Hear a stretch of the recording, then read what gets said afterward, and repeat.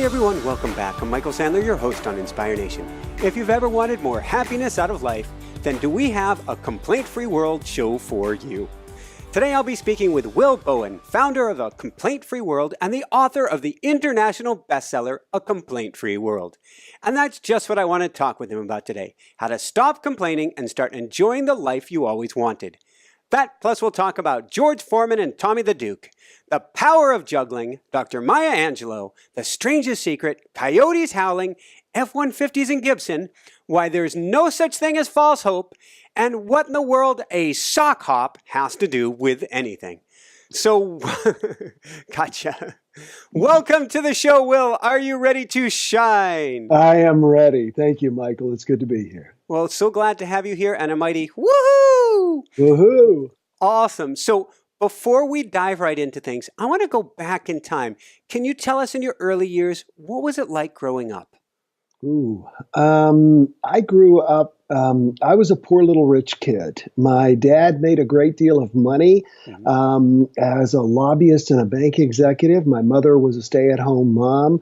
Neither my mother nor my father grew up with much love, and so they didn't really know how to bestow that on their kids. So we grew up with a lot of complaining. We grew up with a lot of possessions, but we grew up with very little happiness, a lot of snarking, a lot of anger, and a lot of complaining. Wow. So during this time, and when we're speaking about a lot of, I don't know what another way to put it, there was also a lot of eating. Yes, there was. I was born heavy and really took it to the next level. I was 300 pounds when I was 17 years old, which is funny because I was just listening to a podcast on P.T. Barnum, the great showman, and his fattest man in the world exhibit, the first guy was 300 pounds. So I could have qualified as the fattest man in the world, I guess, at least back in the 1800s. But yeah, I was almost 300 pounds up until high school. And then I wonder what flipped the switch with you at 19, because things radically changed. You know, honestly, my parents got divorced when I was 14. I tried to rebel as much as possible to get as much attention as possible. I had terrible grades. I failed a grade of school.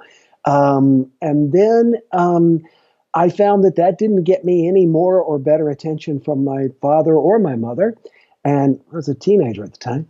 And so then I decided to sort of flip and go the other direction. Instead of trying to be the biggest failure in the world, I tried to become a very big success for myself. And one of the first things I wanted to do was to lose the weight. And actually, it was there was a cartoon a comic book when I was a kid. At the back of all the comic books, it would show a guy on the beach and somebody kicked sand in his face. Yeah. Oh, yes, that influenced me too. The insult that made a man out of Mac. Well, what happened was I was close to 300 pounds, but I had a new girlfriend who was very pretty. Mm-hmm. And my dad's wife at the time said, you know what? You're so fat, you're going to lose her if you don't lose weight. And that was the thing for me. And I went to Weight Watchers, and over about a year, I lost over 100 pounds. Woohoo! Yeah, thank you. Now I'm in one of the most fit 57-year-olds I know. And it's just a choice. So from there, you started becoming a success, I guess, after college, sales, media, insurance. How was that for you? Well, you pretty well know my history very well. Yeah, I was a radio announcer when I was in college at a radio station. And then I realized that the announcers drove old beat up vans, whereas the salespeople drove nice cars. And I decided to get into sales, which led to station management and then into insurance. And I was a top salesman pretty much all the time because I love to speak. I've always had this dream, though, and I've been drawn to motivational speakers like Earl Nightingale and Brian Tracy and Les Brown and Roger Dawson. And I've gotten to meet, well, all of them. And I always wanted to do that, but I just didn't see that really happening. So I was a salesperson, and then I went through some big challenges in my life, which are often the catalysts we need to change. And went through a divorce, lost a job, and during that time, I reassessed and felt guided to go into the ministry. And it was during my first year as a minister that my whole life changed, and I started the whole complaint-free program. So I want to dive into that. I'm just curious what that mind shift was. As you're going through, like, for instance, school, you moved to Kansas City, you came from the East Coast, you're out in Kansas City, you're going to school. Is there a certain point at which you're going, what in the world am I doing? Oh, the whole time. I think that we're always, especially when we're aspiring to become something new or something different, we walk around with that fraud mentality. What am I doing here? I still sometimes when people say, wow, you've sold 4 million books and Maya Angelou wrote the forward for your book, it still feels like it's not me. But definitely making that transition from being, the salesman and selling radio and everybody joking that I was like Herb Tarlick, which you're probably too young to remember. WKRP, are you kidding me? WKRP, yeah. And people would ask where my white belt and shoes were. And then going into ministry, which was a shift for me. It was at one point a decision to withdraw, and at the same time, it was a decision to expand. And had I not made that difficult decision, because at that time, the average minister, I read some stats, the average minister changed churches every 7 years, and I was married with a young child, and I didn't want to do that. And the average minister made $27,000 a year, and I had made $106,000 the year before. So it was a big shift for me, but it was certainly the right thing to do, and it was like taking a step back to take a huge step forward. I love it. And so going to that huge step forward, 10 months in, was it just this crazy whim of an idea? Where did this come from? How did you start? I was teaching, I was doing a series at the church. I found that people like series. In other words, don't just do a one sermon, do part 1 of 5 on how to be a great parent or whatever. And so I found Edwin Gaines' book, The 4 Spiritual Laws of Prosperity, which is an awesome book. And in it, Edwin recommends that we go 21 days in a row without complaining. We try and establish a complaint. She didn't use the term complaint free. That was something I came up with. But quit complaining for 21 days because scientists believe it takes 21 days to form a new habit. And so what I did was I wrote my sermon. I did one talk about Edwin's book. The following week, which was July 23rd, 2006, 11 years ago, I wrote my second talk, and this was about not complaining. This was the first one about not complaining. And then I thought to myself, all right, you're supposed to go 21 days in a row. That doesn't mean you do it in 21 days. There's going to be a lot of false starts and stops. And so I said, how would you know what day you're on? I took a shower after I wrote my talk, which is where all great ideas come from. In my mind, I saw the Livestrong bracelet, and I thought to myself, if you had a bracelet on your wrist and you're on day 1, and then you complain, you take it off your wrist and you put it on your other wrist, you're back on day 1. And it was a tracking device, but more than that, it was a mindfulness experience, because I found that the average person complains 15 to 30 times a day and has no awareness they're doing it. I always joke that complaining is like bad breath. You notice it when it comes out of somebody else's mouth, but not when it comes out of your own. And this just was the hook at the right time. I mean, I did the sermon. We ordered 500 bracelets, handed out 250. Within 2 weeks, we had requests for 9,000 bracelets. Our church loved the fact because everybody was motivated to pack these bracelets, and wow, we're sending these to Scotland, and these are going to, Kenya, and everybody was so excited. But then it just kept getting bigger and bigger. And then, as you probably know, I was on the Today Show, Oprah, Maya Angelou invited me to her home, et cetera. And it has, to this day, we are over 11 million bracelets in 106 countries. We still send out 100,000 bracelets every year, and we don't do any advertising. So it just was... It was nothing I ever intended to do. I make most of my living as a professional speaker now, speaking on complaining. And I never set out to do this. I wanted to play the drums for Kiss. Okay? But it just exploded and swept me up with it. Awesome. So I guess a few key questions in this. First off, what is your complaint-free vision?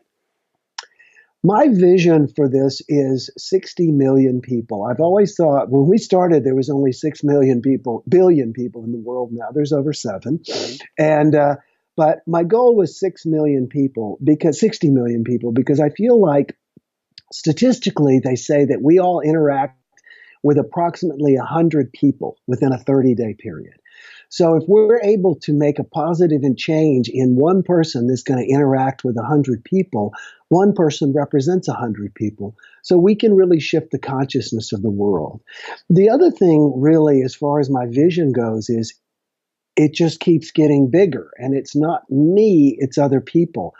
I had people say, well, you're a professional speaker on this. Why can't I speak on this? And I said, well, you certainly can. Would you like me to train you? So I trained a dozen people now, and I've got people in Dubai, Mexico, Canada, the United States that go out and travel and speak and do exactly what I do. We've got complaint-free kids curricula, which is free. We've got complaint-free business programs that businesses can download for free.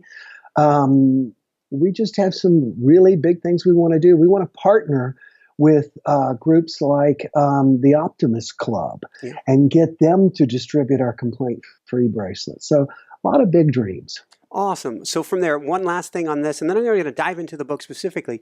You got Dr. Maya Angelou. You got her, if that's the right term, the six. Got her. Got her. Yes, 6 millionth bracelet, Right. which in and of itself was a miracle. Mm-hmm. How did that happen? You know, that is, it was truly a statement of the law of attraction, and that has happened over and over and over again in this program. Because I didn't know how to start a worldwide phenomenon, which people have called it. I didn't even know how to set up the fulfillment process to have the bracelets sent out. We had to figure out and learn all of that. And we're still evolving. We're completely revamping our website right now. When we started, someone who at that time was working with us as a volunteer suggested Maya Angelou's quote. She has 2 on complaining that I love. The first one is, complaining lets a bully know that there's a victim in the neighborhood. Mm. I really love that. Now that's a little strong and almost obtuse not obtuse for some people, but esoteric. Mm-hmm. So what we went with was, if you don't like something, change it. If you can't change it, change your attitude. Don't complain. And we started using that on T-shirts, etc., with Maya Angelou. And when we got close to the 6 millionth bracelet, I was talking to my key volunteers and friends, and I said, we want to give this bracelet, the 6 millionth bracelet, to somebody special. We don't want to just hand it out and send it out. So we pulled the 6 millionth bracelet out, and then we asked ourselves, whom do we want to give it to? And it came her. Now, the problem was she was very reclusive. Mm-hmm. I had no connection with her. I was not in any way famous. My publisher, which I'm truly blessed to have, Penguin Random House, one of the biggest publishers in the world, has published 3 of my 5 books. They had tried to contact her, and they published her book, Why the Caged Bird Sings, and she doesn't respond to authors. She does not do that kind of stuff. But what I did was, I kept telling everybody that I was going to give the 6 millionth bracelet to Maya Angelou. And they would say, oh, you know Maya Angelou? And I'd say, no, I don't know her, but I got a picture on my vision board right above my desk, and I'm going to give Maya Angelou this 6 millionth bracelet. So I was at a conference of ministers and ran into a person who was in the class behind me. Mm-hmm. And she and I were talking, and she asked me what was going on with the whole complaint-free thing, which everybody does. And I said, I'm going to give the 6 millionth bracelet to Maya Angelou. And she said, well, tell her I said hi.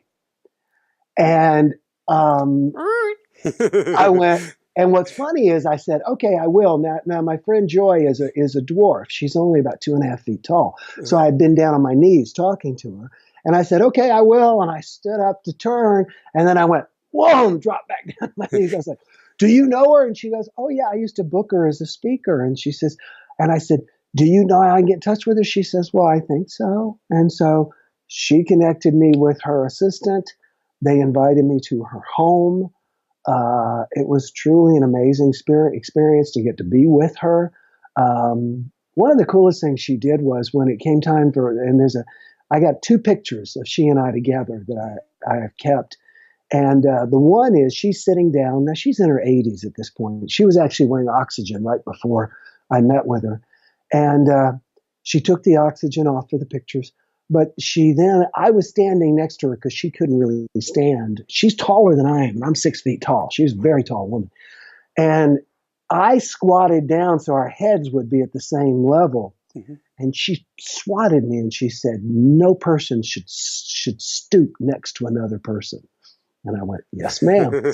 So anyway, that's how I met Maya Angelou. And I was on Oprah the same way. I put a picture of Oprah on my vision board.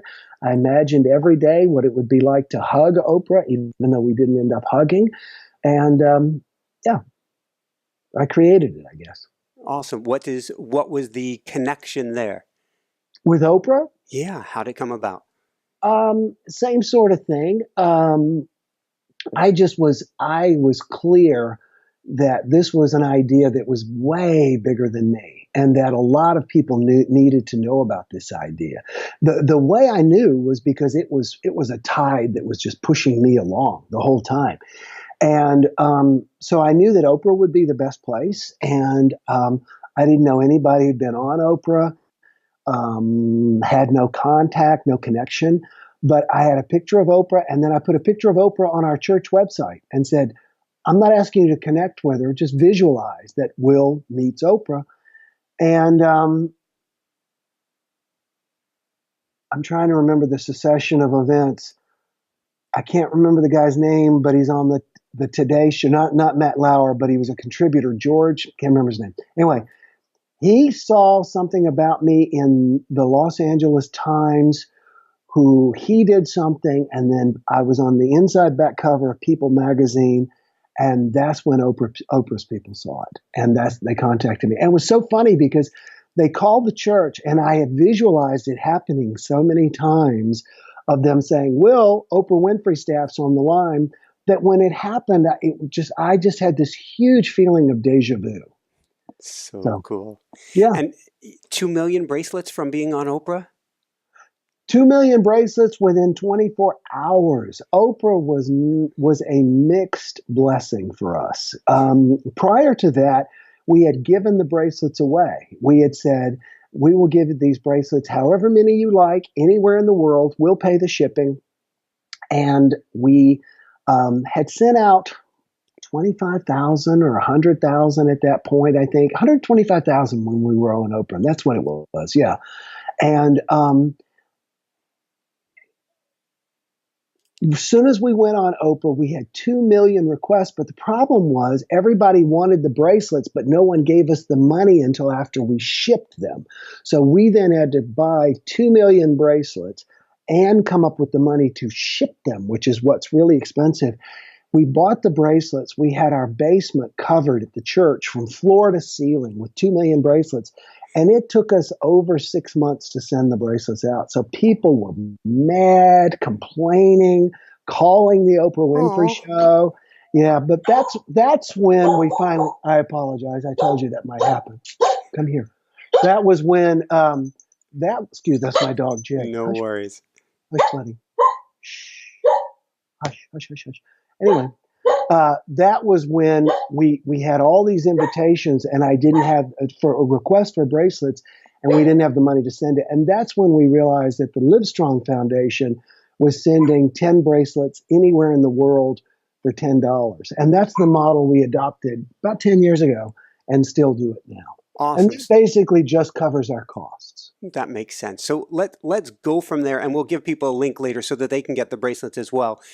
I want to talk about, what does it mean to treat the mind like a garden? Well, I think it may have been Aristotle who talked about the fact that, no, actually it was in As a Man Thinketh by, As a Man Thinketh, I'll know it later. Anyway, he talks about that our mind is like a garden, and that if we do not actively weed it, taking out the negative things, and if we do not actively cultivate it with positive things, other people are going to deposit weed seeds into it, which are going to grow and take over our minds. And that's the way most people are. Our minds and our bodies both, their level of fitness for our minds and our bodies are both controlled by the same things, diet and exercise. Diet being what we put into our minds, and exercise, and this is where most people fall apart.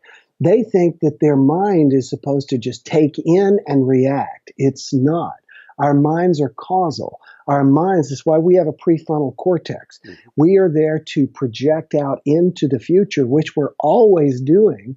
And what most people project is based on fears and past histories, and it's negative. So what I feel we should do is truly work. By the way, it's James Allen wrote Yes. And what we need to do is to actively always treat our minds with diet and exercise by cultivating that garden that is our minds, because our minds are neutral. Thank you. In fact, you bring up news early in your book, and I think of everything that comes into our mind, just like you're saying diet. I say, how nutritious is it? How nutritious is what my mind is ingesting? And Right. You would say news, not so nutritious.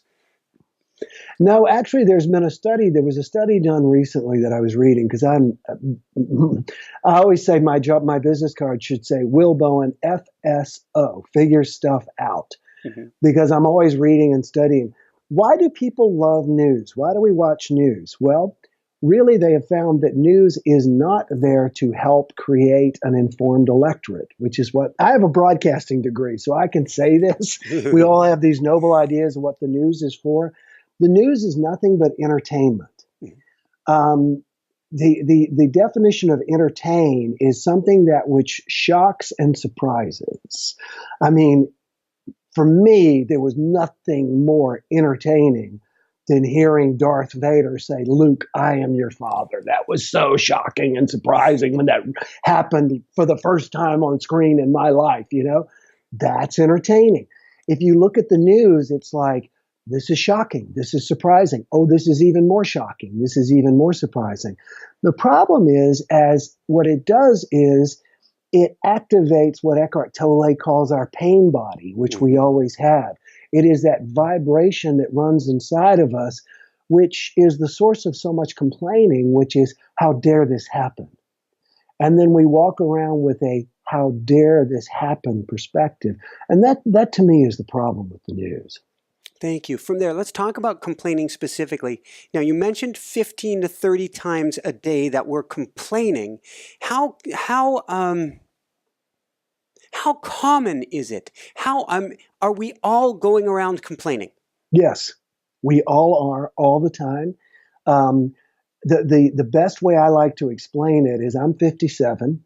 When I was a kid, I had asthma, and my mother would take me to the pediatrician because I had it so bad I almost died. I was in an iron lung, and I had to go get a shot every day. I don't know what they were giving me, but I had to go get a shot every day.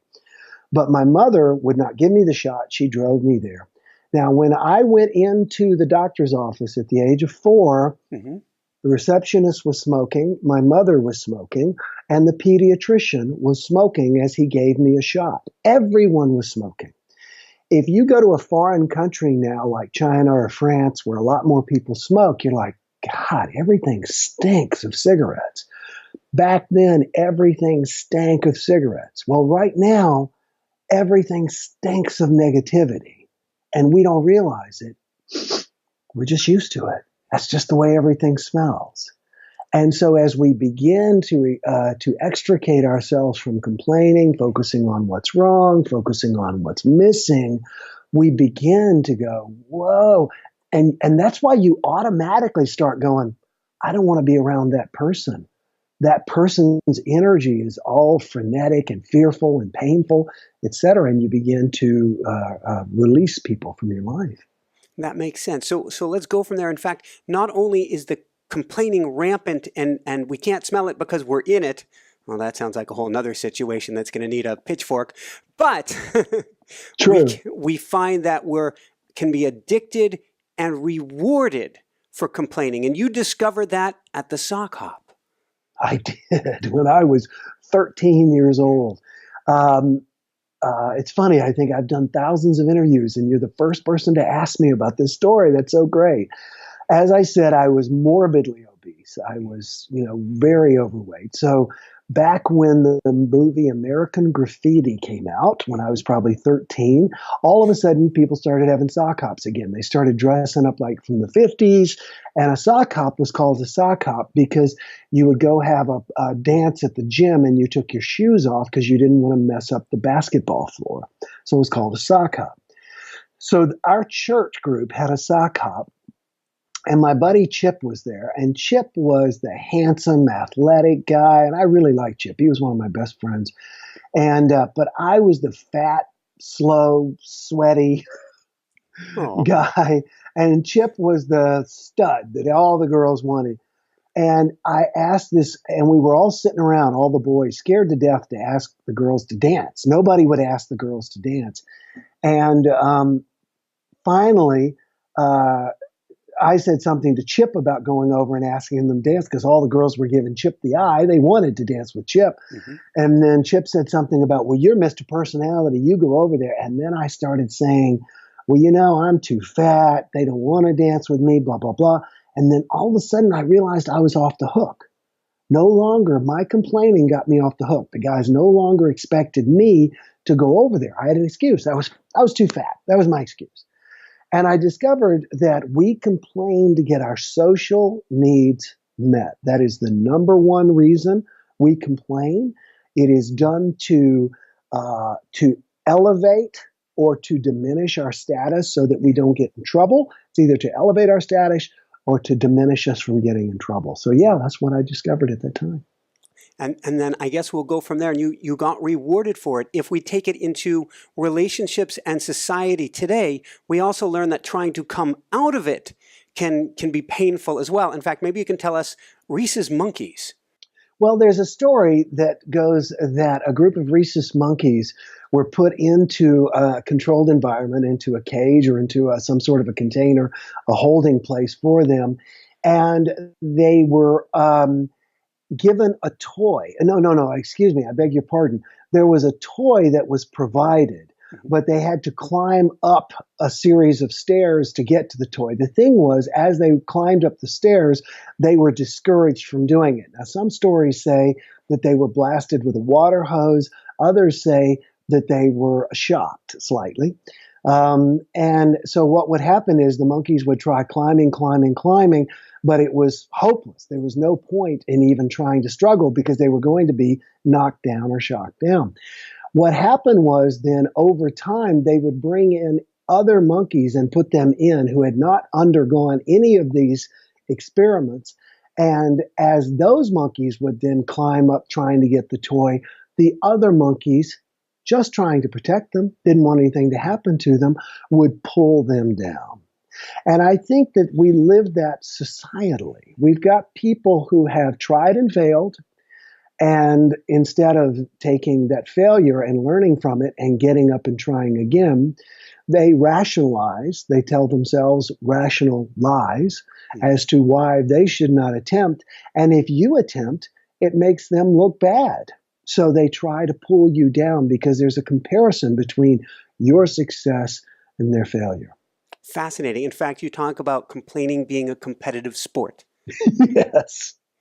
Yeah, complaining is a competitive sport. Whenever I speak to corporations, I say this is why you need to nip complaining in the bud, because people are always trying to outdo each other. If you've got one person who comes into work and they're limping a little bit, and you say, hey, what's wrong? And they go, oh, I stubbed my toe last night. I got in the middle of the night to go to the restroom, stubbed my toe, and I think I may have broken it, right?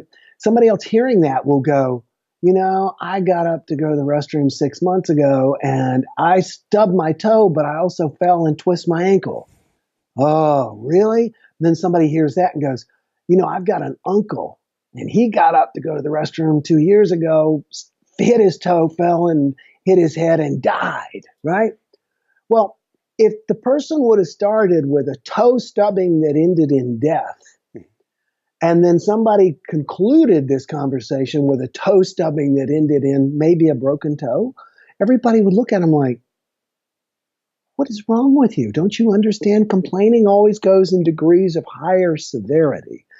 And that is one of the problems in organizations. When complaining really takes hold, it gets to be like, man, you set your lunch bag at the lunch table and let me tell you about this customer. Oh, yeah, let me tell you about this customer. Let me tell you about what my boss did. Let me tell you about this. And it's just, it's destructive. It's caustic. It's a cancer that literally spreads through organizations. There's a parable you share in the book that kind of goes right along with this, about a baker and a man wandering into town. And maybe you can give us the abridged version of it, because this is the crux of what you're talking about with this specific example. It's very true. It's a story my mother used to tell me, which I've never been able to find. Even my editors couldn't find it. Maybe one of your listeners or your viewers will know. But it's a story that takes place hundreds of years ago in a small village in Europe. And the story goes that a man shows up in this small little village and no one knows him. And he goes around and he asks for a handout and no one is able to help him. But finally, this baker, who is literally starved, he realizes he has nothing to even bake more product for the day. He has a loaf of bread and he gives it to the man. And the man says, he says, thank you for your generosity. You will continue to do whatever you do first thing this morning. So the baker goes in and he scoops out the flour, the one little half cup of flour, and then he realizes there's more flour in the bag, and there's more, and there's more, and there's more sugar, and there's more fat, and everything he needs to bake. Well, there's a stingy merchant who hears this story and goes and gets the man and brings him back. And sure enough, he feeds the man, lets him sleep in his house. The next morning, the man says the same thing. You will continue to do whatever you do first this morning. And the man starts counting his wife starts counting the money, rather, because she wants to make sure they have enough for change. And he starts sweeping the place. And then they discover they can't stop what they're doing. And they don't earn a thing because customers come in and they can't stop and serve them. To me, it goes back to my mother used to say, you need to reset your compass every day. You need to. That's why I meditate every morning. That's why I write out my goals every morning. I write out my prayers every morning. I do stuff to get this brain aimed in the right direction, because you're going to do the rest of the day what you do first thing in the morning. That's why Brian Tracy calls the morning the rudder for the day. It literally directs where you're going to go. I love that story. I love it. I wake up and I very quietly, so as not to wake my wife or scare the kitty cats, I've got my 10 woohoos going before I hit the cushion for meditation. Woohoo! Woohoo! Because if I start with that childlike joy, then the whole day is going to be through those eyes. Yeah. Absolutely. You know, your mom, it's an interesting segue, but it's an important one. I was going to save it for later, but we might as well go here. She had a miraculous comeback story, and there was a very powerful lesson here about the danger, I'm going to put that in quotes, of false hope, because that's just insane, isn't it? Yeah. Yeah, my first day of ministerial school, think about this. I have moved my wife, my family, and my 2 horses. Awesome. from South Carolina to Kansas City, Missouri. I got up. I was in class at 7:00 that morning. I was all excited. My life was changing. I'd gone from being a business executive. Now I'm going to be a minister. And they come in that first morning and they say, could we please see Will Bowen? And I step out and they say, your mother has had a massive heart attack. It doesn't look like she's going to make it. So I leave I was only in ministerial school 15 minutes, go home, tell my wife and daughter, I go and get on a plane, fly there. I'm there for a few days. She's in a coma. I ended up staying a week in the hospital just in case they needed anybody to sign anything or in case she woke up. And I just felt more of service. I'd be thinking about her if I was at home. And she started getting better. And I started talking to some people there who I knew. It turned out an old fraternity brother was the head of cardiology. And he started giving me a little bit of encouragement. But he would always say, I don't want to give you false hope. And then the nurses would say, well, it seems like she might be waking up, but I don't want to give you false hope. And she was in ICU for 2 weeks. And I would go into her room, and that I'd notice, because I got to where I could read her monitors, and I'd say, well, this is better and this is better. Yeah, but we don't want to have false hope. So, if I may use this word, I got pissed finally about 2 o'clock in the morning. I walked to her room about 2:30 one morning, and again I noticed she was getting better, but she was still in a coma. And they said, "We don't want to give you false hope." I went and looked up the word hope on my phone, and it said a wish coupled with a confident expectation of fulfillment. Let me say that again. Hope is a wish, but it's coupled with a confident expectation for fulfillment. Therefore, there is no such thing as false hope. And so I wrote in big letters with a pencil. It took me forever to get the letters as big as I wanted. There is no such thing as false hope. And then I stole some tape off of one of the little carts they push around, and I taped it to the monitor. It stayed up for maybe two shifts at the hospital, but my mother came out of the coma and she lived for 10 years in good health. So there's no such thing as false hope. We all need hope. We need to be hopeful about our lives. And a lot of what we're talking about with living a complaint-free life is about what's the energy, what's the positivity, what are we bringing to the experience? And you talk about law of attraction. If you had said, I'm going to be on Oprah, and somebody said, well, I don't want you to get false hope. Oh, you're right. Exactly. Yeah, and people tell you that with the best of intentions. My mother, she wasn't the greatest. She had some great advice, but she also had some terrible advice. My mother used to always say, be nice to people on the way up because you'll meet them on the way down. I called her from the limo taking me from the Oprah show, and she said, oh, that's great, honey. Enjoy it while it lasts. Oh. So I get it. Yeah, there's that negativity. And you know, people say that I'm the big positive thinking person, so much so that I had to look up the word positive. I'm always looking up words. The word positive means present. Present, that's all it means. We are positive, one bald guy on your show right now, okay? We are negative, any women right now. When people are positive, it's not Pollyannish. It's not, oh, everything's going to work out all the time.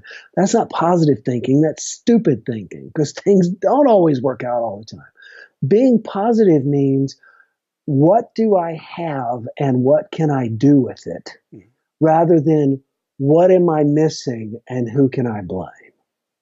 I truly feel, and this is my next book that I'm working on now. I call it 3 Better Questions. The ego always asks 3 questions. Yeah. What's wrong? Who can I blame? And what can I get? And that's what all complaining is about. What's wrong? Who can I blame? And what can I get? The 3 better questions to challenge our minds are, what's right? Yeah. Who can I thank? And what can I give? Oh, when we begin to live like that, it shuts our ego down, and it begins us to look at the potential and the possibilities in our world rather than the lack and the limitations. Woohoo! Woo! You got me doing it. Awesome. It's the idea, right? It's contagious. Well, in fact, I wasn't going to go there, but perfect segue. You talk about coyotes in the book and howling, yes. And we're woohooing. What is the contagious aspect of shifting, going from a complaining mind to a mind that's present and looking for the positive? Let me answer that question by mixing metaphors. Go for it. One day I was taking my dog Jake, who you heard a little while ago, for a walk, and I noticed this bunch of birds and a flock of birds, huge flock of birds going across the sky. And I noticed that the whole flock would come like this. And then the whole flock would do this. And the whole flock would land for a while. And then the whole flock would start to take off. And then it would soar this way. And it looked like a thumbprint in the sky, is what it looked like to me. So I went back and I started researching. How does the flock of birds know how to move? Mm-hmm. Well, scientists used to believe that there was a lead bird that we could not figure out, right?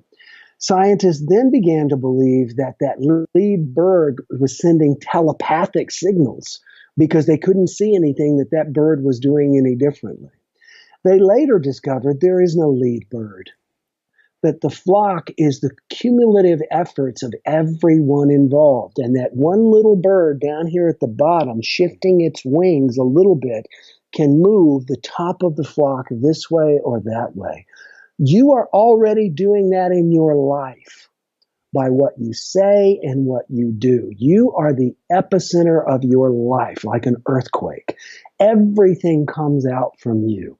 And if you are complaining and negative and what's missing and what's wrong, that is what's going to materialize. Now, to talk about coyotes, I do mention that in the book. I closed the book by talking about the fact that as I was finishing the book, I was outside in my home, and I overheard a coyote bark on the other side of the valley. This is here in Missouri. And then I heard another coyote bark, and then another coyote howl, actually, and another, and another, and another, so that it literally began to cover miles, and it spread. There's an old saying that one dog barks, and the other dogs bark at that dog. We are moving our lives by how we think, how we speak. And not only that, so we're like the birds, but we're also like the coyotes in that what we say gets carried and emphasized and becomes our reality by those around us. And that's why I think the greatest gift you can give other people is the gift of your own happiness, because then you're not a burden to other people. Woohoo! And it's not easy. I'm not saying it's easy. Well, on that note, what do you say to someone? You learned this from Tony Robbins. What do you say to someone if they say it can't be done? If it were possible, how might you do it? That's the answer. And yes, I got that from Tony Robbins, and it's wonderful. People complain for one of 5 reasons, and I explain that in my book through the acronym GRIPE. But 2 of those 5 reasons are to get let off the hook for being asked to do something, and to say, if it were possible, how might you do it? If it were possible, just keep asking that. Causes people to reframe and to think possibility rather than limitation. Awesome. What would you say is the power of course? People tend to love to say, just my luck when something goes bad, and of course when something goes bad. Now, the universe then says, order up. I'm going to send you no matter what you say. So the words of course and just my luck are neutral. But if we can begin when things go really, really well to say, oh man, just my luck. But other people, we are afraid that other people will think we're arrogant or something like that, or that we're somehow things are being played favorites with us. But would we rather that be our reality, or would we rather our reality be, I'll never find a parking space. Of course they'll close. Something that happens to me, and I travel a lot, because I'm a professional speaker. If I go to stand in line, and I'm TSA pre-approved, which I always am because I went through that process, if they don't have a TSA line, or if it's too long, when I walk up, they will open a line for me every single time. I've had it happen so many times that you think that there is somebody following me around doing this. But it happens for me. If there's a line of 60 people, they'll point at me and they'll say, come on, we're just going to open a new line.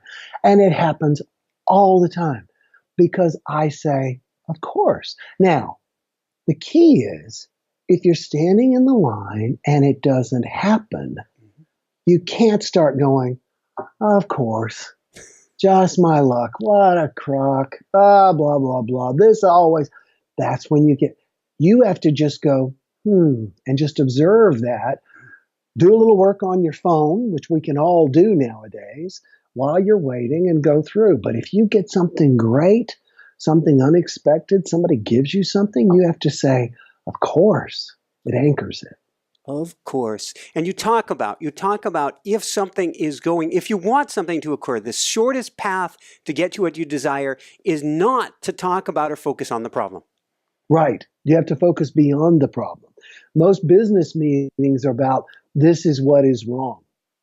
in my little company, Lamplighter, which is my company, when we get together, one of the things we work on is most meetings are started because of problem. Somebody didn't get their bracelets, or we've got an issue with this, or whatever. And we sit down as, okay, rather than solving the problem, which we'll get to, put that last. What does it look like when we no longer have this problem? And you begin with a healed, holistic perspective, which allows you to figure out the solutions and implement them effortlessly rather than getting mired in the problem. Awesome. What's a complaint-free Wednesday? Complaint-free Wednesday is a number of companies have done this. Some have actually done complaint-free Mondays. Well, to answer your question, twofold. A lot of companies do complaint-free Monday because it seems like Monday is when people get back and then they want to complain. What I would like to do is establish a complaint-free Wednesday in this country. We always have complaint-free. We always have Thanksgiving is always on a Thursday, and the opposite of complaining is gratitude. So since Thursday and Thanksgiving is our National Day of Gratitude, I would like to have a day where everybody tries to go one day without complaining before it becomes our Day of Gratitude. And I've actually had two members of the United States House enter it into as a bill. Unfortunately, it's not gone anywhere because their political competitors have said, you just don't want your constituents to speak up, which is, of course, not at all true. So yeah, I still affirm that there's going to be complaint-free Wednesday in this country. And I think it's something we could all do on a weekly basis. That's a great idea. Well, of course, wearing your bracelets, we can go for the complaint-free challenge, 21 days without a complaint, which I think is, from a brain plasticity point of view, it's life-changing, absolutely life-changing. On that note, I want to take off my coaching hat, put it on your hat for a moment. What one homework assignment would you give people today so they're not just taking this and listening to it, but taking action? Right now, put something on your wrist. It doesn't have to be one of our complaint-free bracelets. Get a rubber band, get a bracelet that you own. Most people own a bracelet. And every time you complain, take it off one wrist and put it on the other wrist. It is the most simple, difficult, life-changing thing you can do because it makes you mindful of how often you complain, when you complain, and where you complain. And that is the first step. Most people walk around with bad breath, like I joked before, and don't even realize it. Most people walk around complaining and don't even realize it. So many people say to me, wow, going 21 days without complaining. I'm going to do that. That's a great idea. And when my life gets better and less stressful, I'm going to do that. And I always joke and say, yeah, and as soon as I get in great shape, I'll start going to the gym. This is something that will change your life. And the only thing stopping you from taking advantage of it is you. Put something to where you physically get your body involved with every single complaint just to make yourself aware of it. You don't have to tell anybody else. And you will automatically begin to complain less. In my buddy Tim Ferriss's book, The 4-Hour Workweek, he talks about, the 4-Hour Body. Tim talks about the fact that people who take their phones and will shoot a picture of what they eat, that's all they have to do. No diets, just shoot a picture of everything you eat, lose on average 16 pounds a year. Why? They're mindful of it.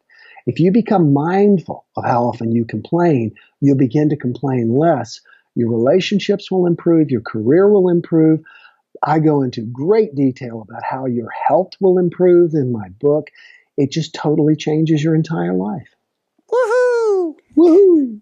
What advice would you give parents to help kids on this journey? So many times parents will come up to me after a live speech and say, oh, if only my kids would stop complaining. And then they'll complain to me for 10 minutes about their kids. And I'm like, where do you think they got it? They got their height, their weight, everything from you. They got their complaining from you. Mm-hmm. You change and your kids will change. Problem's not the kids, problem's you. That's number one. Number two, Kids do this better, easier, and faster than adults do. You give kids bracelets. That's why we have a school program, and we've sent out millions of bracelets to schools all over the world. If teachers or if parents or teachers will engage the kids in the 21 days, they do amazing. They will do really well. Kids don't want to complain. It's just they don't. It's the only way they know to get their social needs met. You've taught them that. So give them a new chance. They will change. Woohoo! Woohoo! What personally brings you the greatest happiness, or as I'm saying, what I call the woohoo factor? Woohoo! Two things. I had a meeting of my trainers last night on computer, just like this, and a woman, Claudia, in Romania. Excuse me, she's in Dubai. She just got hired by a training company to teach the complaint-free program in Dubai. Cool. Another woman has been hired by an adult education program in Connecticut to teach it. To see how other people are able to spread this message is just blows me away. The other thing is when people sit me down and really tell me what this has done for their lives. There are people who literally were at suicide's door who decided to stop complaining to other people and about other people, and their lives changed. I've had so many people tell me they've canceled divorces because they've stopped complaining to and about the other person. I've had so many companies, small from a hair salon in Houston to Pratt & Whitney jet engines, tell me that when they change their focus from complaining and focusing on solving problems to focusing on how great things are and how they can improve, that it has just increased their bottom line tenfold in some cases. So reading those stories, man, it just thrills me. And really the thing I love the most is being on stage with audiences and helping that light come on. That's why my company's called Lamplighter. I love to light that light in people's eyes. That just thrills me. As I like Especially to say, the ones that start like this at the beginning of the speech, and then they come up after so excited. You are helping people to shine bright. That's right. Woohoo! So, where can people go to find a complaint-free world and to find out more? You can go to www.willbowen, that's my name. You can see it right there on the screen over your left shoulder, willbowen.com, WILLBOWEN.com. If you go there, there are free programs you can download for your church, your school, your business. They're all free. You can get discounts on bracelets for schools and other nonprofits. You can order complaint-free bracelets, books. As I mentioned, I've written 5 books. There are also video programs you can purchase of me. There's a complaint-free parenting. There's a complaint-free relationships program, and all of those are available there at willbowen.com. Fantastic. And if you didn't catch willbowen.com, come on over to inspirenationshow.com and we'll get you over to willbowen.com. So do you have any last words of wisdom and then maybe time for a very, very brief meditation? I know we need to let you get on the road. Yes, sure. Honestly, I would just say that the fact that you've reached out to me 11 years later proves the efficacy of this program. I am doing still 11 years later, usually an interview a week. The #1 blogger in Tokyo is flying out here next week with a video crew to meet me from Tokyo. He could have done it. I'm like, dude, you could have done it over Skype. He's like, your book totally changed my life. So there's really something here. And it was not me. It was not Will Bowen's idea. It was not me trying to create something. It was something that wanted to be created through me. And I've never seen anything that will so radically change your life in all the areas that are important. That's health, relationships, wealth, spirituality, feeling good about yourself, woohoo factor, man, than this. So put a purple bracelet, get our purple bracelets at willbowen.com. We'll send them anywhere in the world, 10 bracelets for $10. So we always want you to challenge people around you so you feel like you have support. Also, you're going to break them. You're going to switch it so many times you'll break them. So yeah, that would be my parting shot. Fantastic. And then would you have time for a brief meditation? Sure, I'd be happy. Now, I'll just keep my eyes open. Is that all right? That's fine. And if you're driving down the road, make sure you're not closing your eyes as well. All right. So what I would like to do is to invite everybody to notice the pause that just happened. And the pause is life. The pause is the space. Our egos are always running ahead of us. Our ego is always saying, yes, but, or yes, and, or no, but, or no, and. And yet our spirit just always says, ah.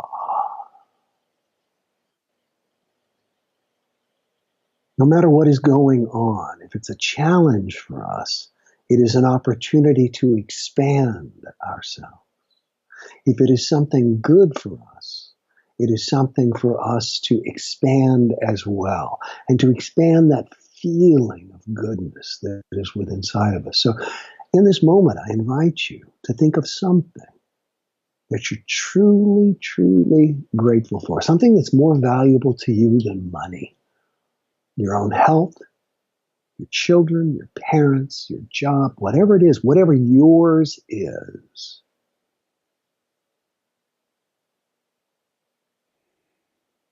And to realize how incredibly wealthy you are to have something like that. Something that you would not take money for. That is yours, that is special. And now let the feeling of that specialness reside in your body. Where is it in your body? And if you're not driving, touch that space in your body.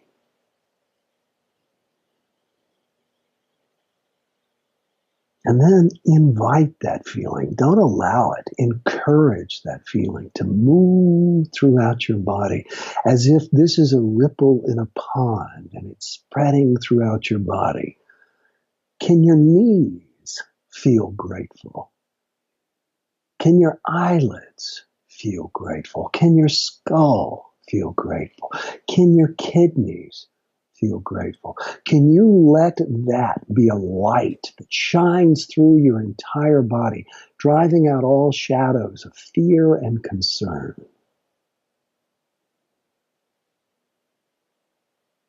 And you notice that as you begin to invite it to happen, it happens even more. You expand. You feel happier. You feel healthier. You feel more connected to who you truly are. You are a divine idea in the mind of God. You were dreamed up by the universe. You are here to experience and to express without limits.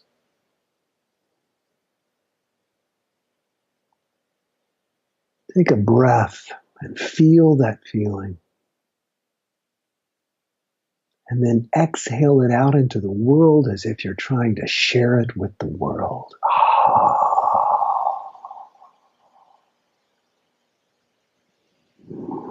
And notice that you cannot share, that is exhale, without inhaling after.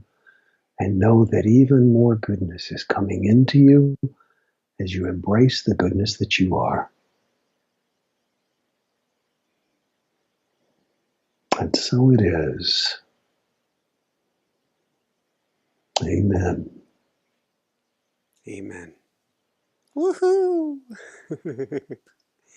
Thank you so much, Will. This has been absolutely phenomenal. My honor. Thank you, Michael. Have a great day. It goes both ways. So for everyone out there, this is Michael Sandler saying, be well, have fun, get a complaint-free world, and start supercharging your life today and shine bright. Woohoo! Thank you so much, Will. My pleasure, Michael. Thank you. Thanks so much for watching. If you enjoyed it, be sure to like below. Also, leave your comments. Have some real fun with it. Subscribe to our channel where you're going to get more great videos, more interviews coming up. And check out our website, inspirenationshow.com. That's where you'll find tips, blogs, information, videos you won't find anywhere else, and useful and helpful resources to really help you kickstart your life and to shine bright. Thanks so much again. Thank you for your support. Like, comment, subscribe. See the website. Thanks so much and have fun. Of course, shine bright. Woohoo!